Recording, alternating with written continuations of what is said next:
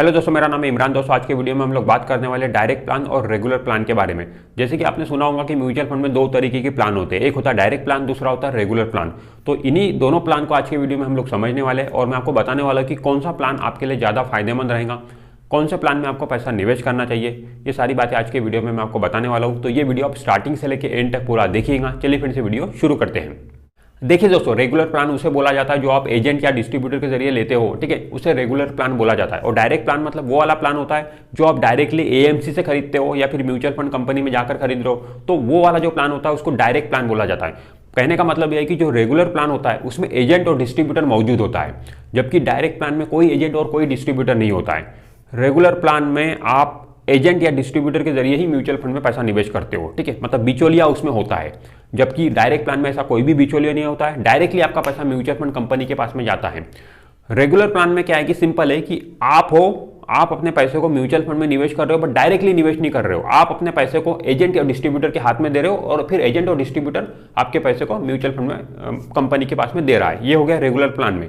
और direct plan में क्या होता है कि आप अपने पैसे को डायरेक्टली म्यूचुअल फंड कंपनी को दे देते हो, ठीक है, बीच में कोई भी एजेंट नहीं है। अब दोस्तों, ये जो एजेंट और डिस्ट्रीब्यूटर है, मतलब रेगुलर प्लान में जो एजेंट और डिस्ट्रीब्यूटर होता है, ठीक है, ये फ्री में नहीं होते, इनको कमीशन जाता है। जब आप रेगुलर प्लान में पैसा निवेश कर रहे हो तो वो एजेंट और डिस्ट्रीब्यूटर के जरिए निवेश होता है, तो एजेंट और डिस्ट्रीब्यूटर जो है उनको कमीशन मिलता है। और वो जो कमीशन मिलता है वो आपके इन्वेस्टमेंट में से ही मिलता है। मान लो आप 100 रुपये अगर म्यूचुअल फंड में डाल रहे हो तो मे भी हो सकता है कि 100 रुपये में से 1 रुपया इनको मिल जाए, ठीक है। तो इस तरीके से क्या है कि आपके इन्वेस्टमेंट में से ही इनको पैसा मिलता है, ठीक है। हालांकि आपको डायरेक्टली दिखाई नहीं देता है कि एजेंट को कितना मिला कमीशन, ठीक है, वो सब आपको दिखाई नहीं देगा, बट ये आप मान के चलिए कि जो आप इन्वेस्टमेंट करते हो उसी इन्वेस्टमेंट में से एजेंट और डिस्ट्रीब्यूटर को कमीशन मिलता है रेगुलर प्लान में। जबकि डायरेक्ट प्लान में तो एजेंट और डिस्ट्रीब्यूटर होते ही नहीं है, तो वहां पर इनको कमीशन जाता नहीं है। तो ऐसे में आपका वो पैसा बच जाता है, डायरेक्ट प्लान वाले का वो पैसा बच जाता है जो एजेंट और डिस्ट्रीब्यूटर को जाना है, ठीक है।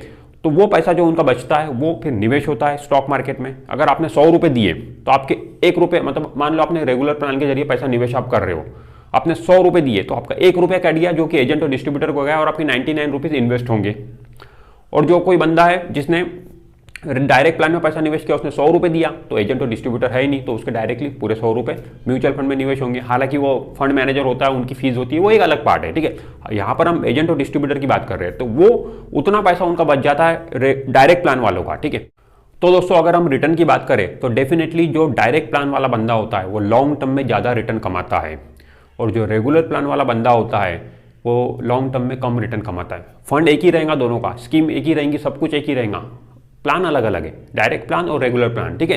तो इसमें क्या है कि सिंपल चीज, जैसे कि मैंने आपको बताया कि कोई बंदे ने 100 रुपये दिया, उसके अगर रेगुलर प्लान में 1 रुपये कट गया, 99 इन्वेस्ट हुए, तो उसके पैसे इन्वेस्ट कम हो रहे, ठीक है। 99 ही इन्वेस्ट होंगे तो 99 रुपीज पर ही उसको उसका जो इंटरेस्ट मिलेगा उसको, ठीक है, जो भी इन्वेस्ट होगा उस पर उसको रिटर्न मिलेगा, ठीक है। बट ये बंदे के क्या है कि पैसे बच जा रहे डायरेक्ट प्लान के, 100 रुपये दे रहा है, पूरे 100 रुपये निवेश हो रहे, तो 100 रुपये पे उसको रिटर्न मिलेगा। तो इसका पैसा इन्वेस्ट ज्यादा हो रहा है, ठीक है, क्योंकि एक्सपेंसेस कम है यहाँ पे, मतलब पैसे कट नहीं रहे इसके डायरेक्ट प्लान वाले के, इसलिए इन्वेस्ट ज्यादा हो रहे हैं। इन्वेस्ट ज्यादा होने की वजह से रिटर्न भी इसको ज्यादा मिलेगा। जबकि रेगुलर प्लान वाले के क्या है कि उसे लग तो रहा है कि मैं इतना पैसा दे रहा हूं, बट उसके कहीं ना कहीं पैसे डिडक्ट हो जा रहे हैं एजेंट और डिस्ट्रीब्यूटर के कमीशन के रूप में, तो इसलिए इन्वेस्ट उसका कम हो रहा है। इन्वेस्ट कम होने के कारण उसको रिटर्न कम मिलता है।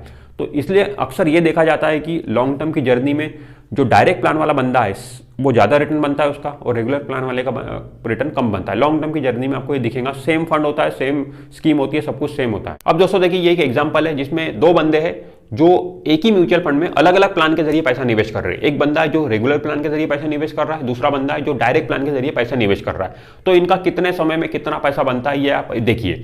कोई बंदा है मान लो जो रेगुलर प्लान के जरिए 10,000 रुपये हर महीने की SIP कर रहा है, दूसरा बंदा है जो सेम म्यूचुअल फंड में डायरेक्ट प्लान के जरिए 10,000 रुपये की SIP कर रहा है, ठीक है। दोनों 20-20 साल तक अपनी SIP चलाएंगे, दोनों को 12-12% का रिटर्न मिलेगा सालाना, ठीक है। अब एक्सपेंस रेशियो की अगर बात करें तो रेगुलर प्लान का एक्सपेंस रेशियो ज्यादा होता है जो कि है 2%, और डायरेक्ट प्लान का एक्सपेंस रेशियो कम होता है जो कि है 1%, ठीक है। अब देखिए 2% इसका एक्सपेंस रेशियो क्यों है, क्योंकि इसमें एजेंट और डिस्ट्रीब्यूटर है रेगुलर प्लान में, ठीक है, उनको भी कमीशन देना है, ठीक है। और फंड मैनेजर तो होते हैं, फंड हाउस तो होता है, उनकी तो फीस होती है, वो तो अलग चीज हो गई है। अच्छा, डायरेक्ट प्लान में 1% आपको एक्सपेंस रेशियो दिखाई दे रहा है। डायरेक्ट प्लान का 1% एक्सपेंस रेशियो क्यों है? 1% भी क्यों है? वो इसीलिए है क्योंकि फंड मैनेजर की तो फीस होंगी ना। डायरेक्ट प्लान में भले ही एजेंट और डिस्ट्रीब्यूटर नहीं है, बट फंड मैनेजर तो है जो आपके पैसे को स्टॉक मार्केट में निवेश करेगा। फंड हाउस तो है, उनको तो अपना मैनेज करना है सब चीजें, तो वो उसका एक्सपेंस जरूर होता है, ठीक है। तो कहने का मतलब है कि एक्सपेंसेस कम है डायरेक्ट प्लान में, रेगुलर प्लान में एक्सपेंसेस ज़्यादा है। तो अब दोस्तों देखिए, जो रेगुलर प्लान वाला बंदा है उसके 20 साल में कितने पैसे बने, 76,56,000 रुपये उसके पैसे बने, ठीक है।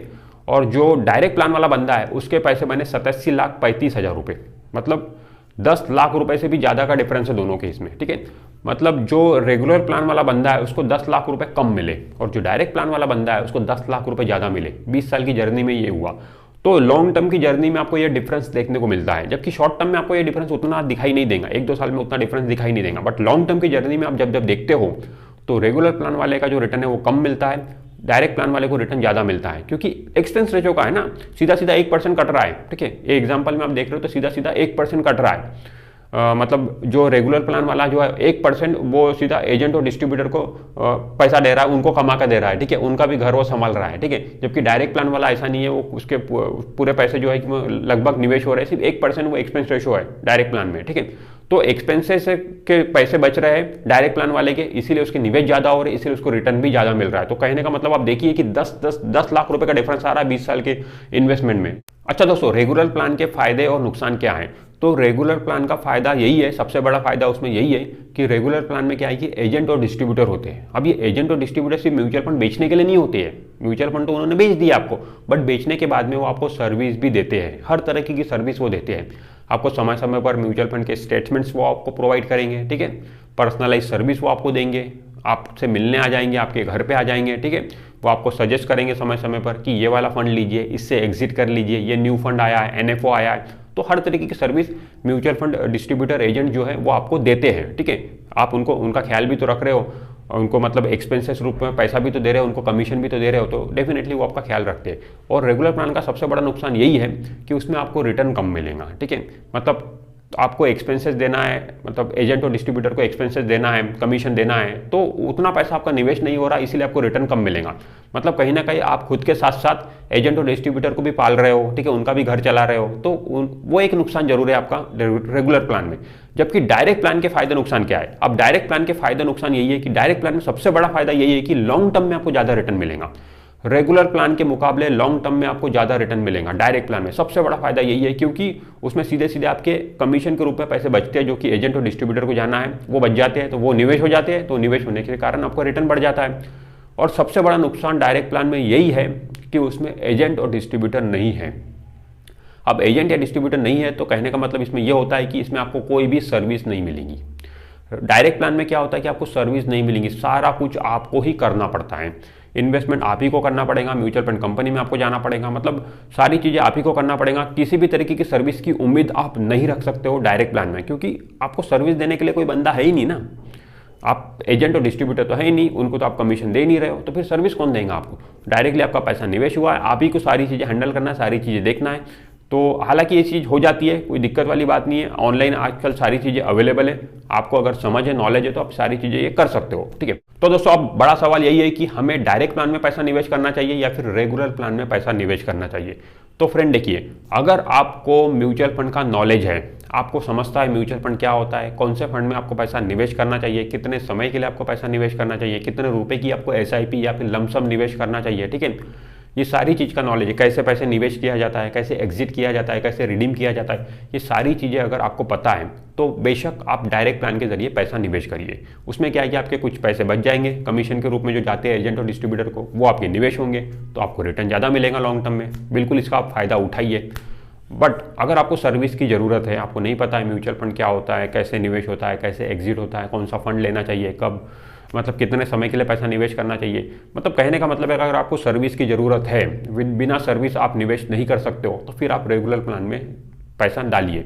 उसमें क्या है कि आपको सर्विस मिलेंगी, सर्विस इज अ मैटर करता है, सर्विस मिलेंगी आपको, भले ही आपको थोड़ा सा रिटर्न कम मिल जाए लॉन्ग टर्म में, ठीक है, बट आपको सर्विस मिलेंगी। सर्विस की जरूरत है, जरूर हमें सर्विस लेना चाहिए, बट बिना सर्विस से भी अगर आप काम चला सकते हो तो फिर डायरेक्ट प्लान आपके लिए बेस्ट है। तो दोस्तों आज के वीडियो में हमने समझा कि रेगुलर प्लान क्या होता है, डायरेक्ट प्लान क्या होता है, आपके लिए कौन सा सूटेबल है, तो डिपेंड करता है कि आप पर, आपके पास में कितना समय है और कितना नॉलेज है, उस सारी चीज़ों पर वो डिपेंड करता है। तो फ्रेंड्स इस वीडियो में इतना ही। अगर ये वीडियो आपको अच्छा लगा है तो वीडियो को लाइक जरूर कर दीजिए, और आपने अभी तक हमारे चैनल को सब्सक्राइब नहीं किया है तो चैनल को सब्सक्राइब करके बेल आइकॉन जरूर प्रेस कर दीजिए। मैं मिलता हूँ आपसे नेक्स्ट वीडियो में, तब तक के लिए बाय बाय।